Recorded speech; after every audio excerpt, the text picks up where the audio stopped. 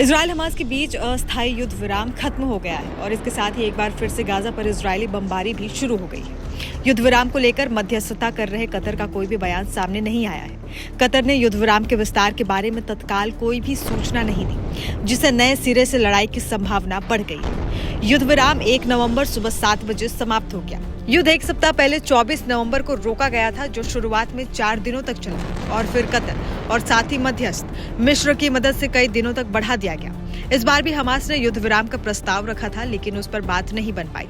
Hamas और Israel के बीच ये युद्ध विराम 24 नवंबर को शुरू हुआ था। समझौता 7 दिन चला।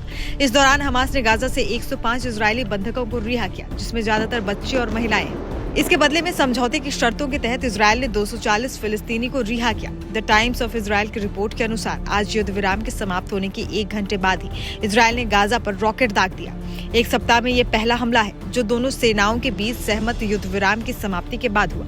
बता दें कि आईडीएफ ने 7 दिनों के युद्ध विराम को पूरा होने के बाद पहले ही लड़ाई जारी रखने की बात कही थी। आईडीएफ के प्रवक्ता रियर एडमिरल डेनियल हगारी ने बीते दिन कहा था कि आईडीएफ लड़ाई फिर से शुरू करने के लिए तैयार है। द टाइम्स ऑफ इजराइल ने कहा कि उत्तरी गाजा पट्टी में गोलीबारी और विस्फोटों की आवाज सुनाई दे रही है।